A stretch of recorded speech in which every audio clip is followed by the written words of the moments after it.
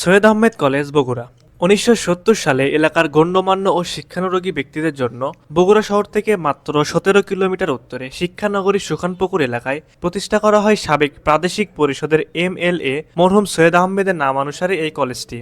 ১৯৭১ সালের ৬ ফেব্রুয়ারি কলেজটির উদ্বোধন করেন তৎকালীন শ্রম, স্বাস্থ্য, সমাজ কল্যাণ ও পরিবার পরিকল্পনা মন্ত্রী ডক্টর এম মালিক। ১৯৭৬ সালে কলেজটি ডিগ্রি ব্যাচেলর পাস হিসেবে উন্নত হয় এবং ১৯৯৮ সালে কলেজটি ম্যানেজমেন্ট ও মানবিক ডিপার্টমেন্টের সাথে অনার্স কোর্স চালু করে।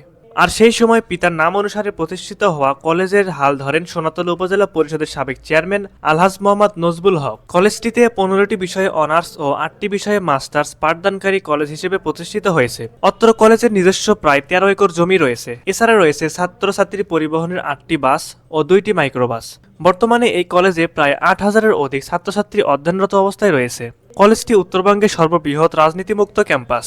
প্রতি বছর সব পাবলিক পরীক্ষার ফলাফল অন্য সব কলেজের চেয়ে শীর্ষে থাকে এই কলেজটি। সম্প্রতি জাতীয় বিশ্ববিদ্যালয়ের অধীনে অধিভুক্ত সারা দেশের কলেজগুলোর মধ্যে রাজশাহী অঞ্চলের শীর্ষ ১০ কলেজের মধ্যে ২ বার পঞ্চম স্থান অর্জন করতে সক্ষম হয়েছে। এছাড়াও জাতীয় শিক্ষা সপ্তাহে উপজেলা পর্যায়ে কলেজটি শ্রেষ্ঠ কলেজ হিসেবে স্বীকৃতি পেয়েছে। সোনাতলা ও গাবতলী উপজেলার সীমান্তবর্তীর একটি সুন্দর নিরিবিলি গ্রামাঞ্চলে কলেজটি প্রতিষ্ঠিত হলেও শহরে অনেক নামিদামি কলেজের চেয়ে ফলাফলে উল্লেখযোগ্য ভূমিকা রাখতে পেরেছে। এই কলেজের বিল্ডিংগুলো সুউচ্চ বিশিষ্ট এবং খুবই সুন্দরভাবে সাজানো।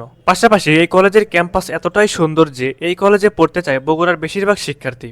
কলেজের যাতায়াত ব্যবস্থাও খুবই ভালো। এই কলেজের পাশে রয়েছে সুখানপুকুর রেলওয়ে স্টেশন, যে রেলওয়ে স্টেশনকে যাতায়াত মাধ্যম হিসেবে ব্যবহার করে এই কলেজের শিক্ষার্থীরা। প্রিয় দর্শক, শিক্ষা জীবনে আপনার কলেজ কোনটি ছিল? অবশ্যই আপনারা আপনাদের মতামতটি আমাদের কমেন্ট করে জানিয়ে দিতে পারেন।